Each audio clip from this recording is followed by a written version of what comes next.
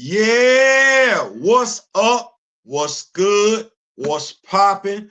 What's cracking? What's percolating? What's really good in the hood? It is your man Theo Butler, and we are here to continue the readings of one Karama Horne, the Dora Milaje, Protectors of Wakanda. Today, we in here for a good time, educational time, not to be confused with a long time. I see we got the Kamoyo King, president of the Black Panther fan group, in the building. We gonna see if we get one more, because what we say, if we got two, we got a crew. If this is your first time pulling up, thank you so much for pulling up. Hit that like button. Hit that like button. Hit that share. You know, if you know me, grow me, sharing is caring. It's a black-owned business. We do this full time. We do.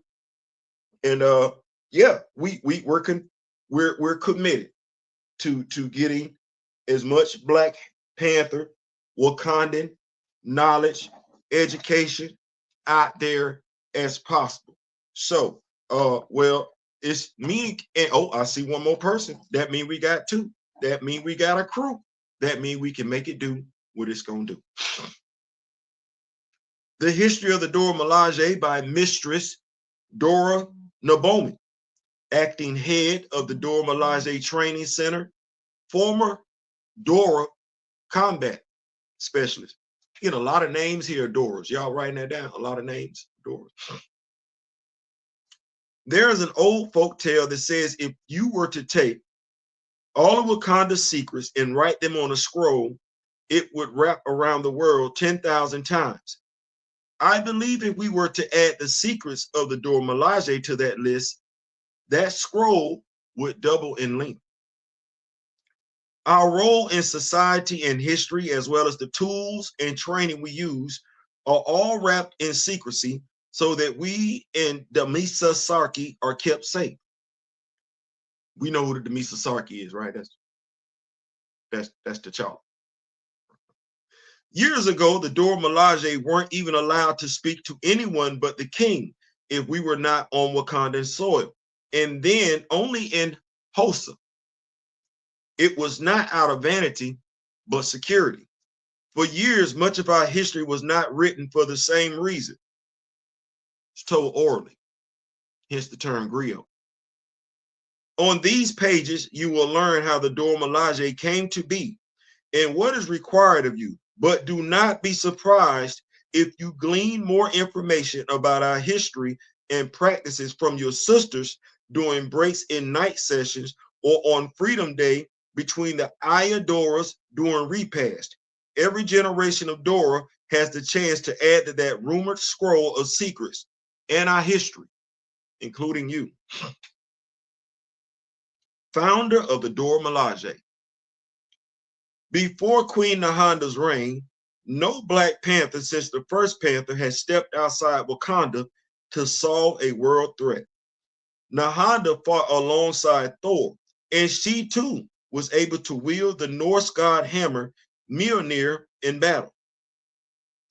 However, in Wakanda, there were those who plotted against her, most notably her younger brother, Zembi.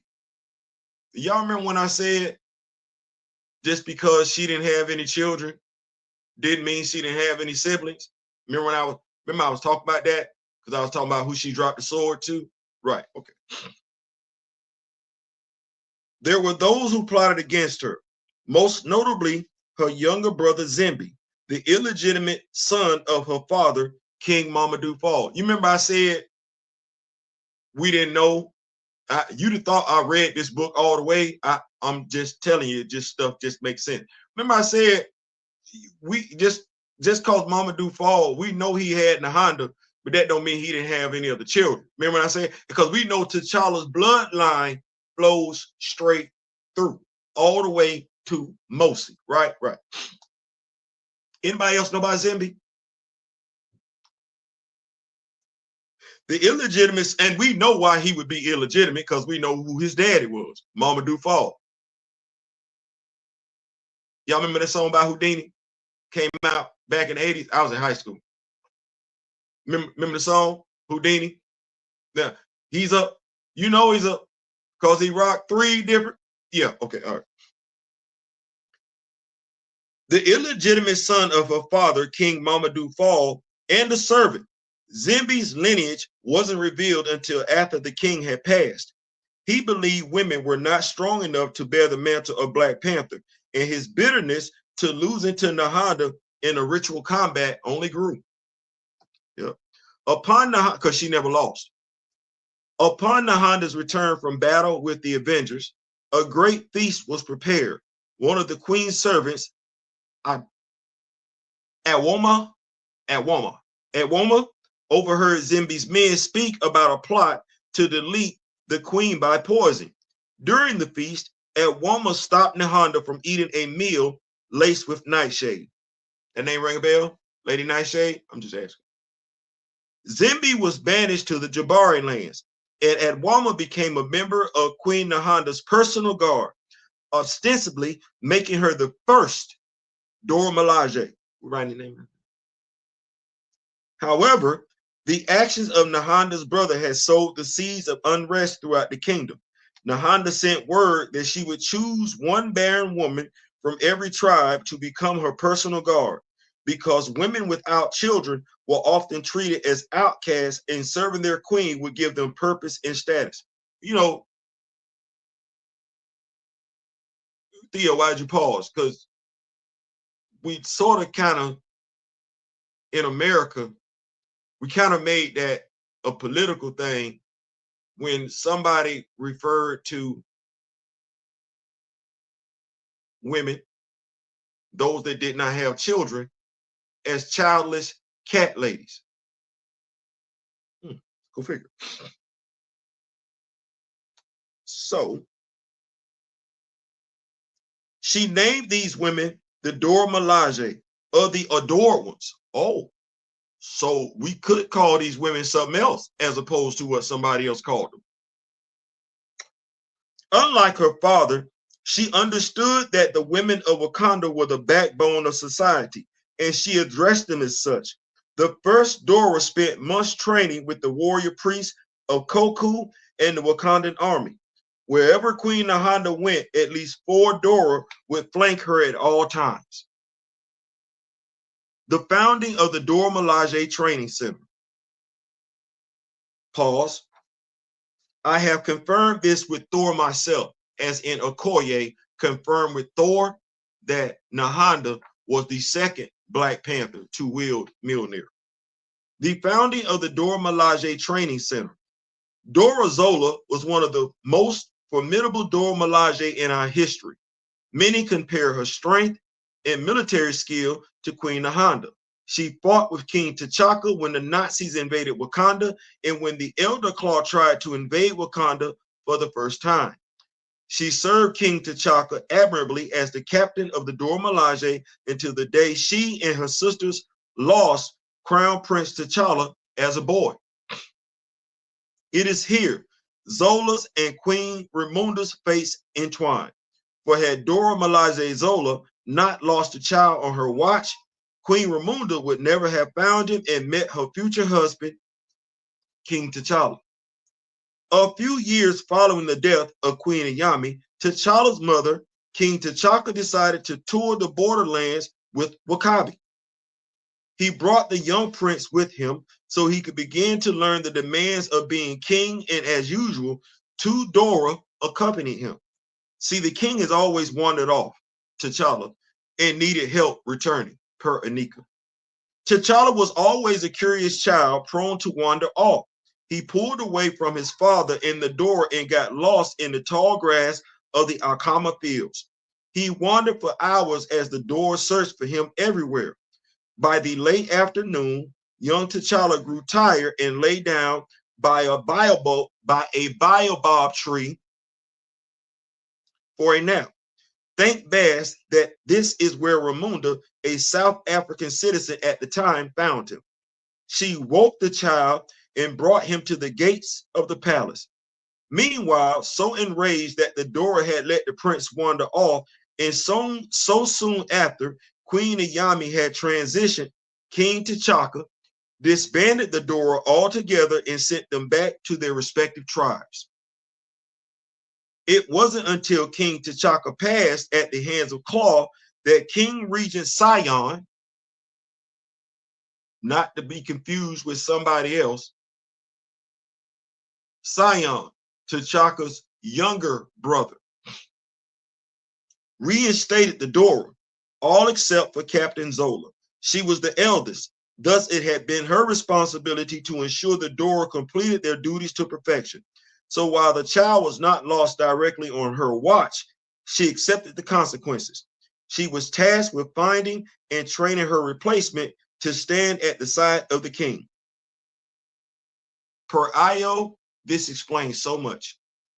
Realizing Claw was not the only threat against Wakanda, Sion charged Zola with expanding and establishing a formal training program for the Dora Milaje. Mistress Zola opened the doors of the Dora Milaje Training Academy and was given the title Malami Dora Milaje.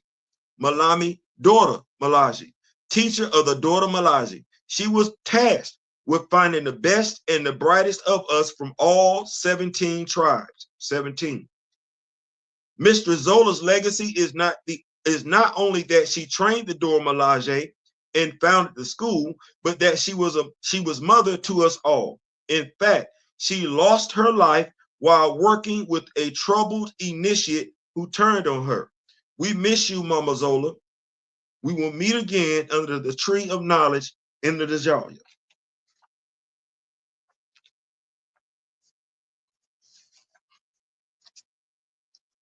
The last portion of chapter 1, The Birth of the Midnight Angels by Dora Tila, captain of the Midnight Angels munitions team leader.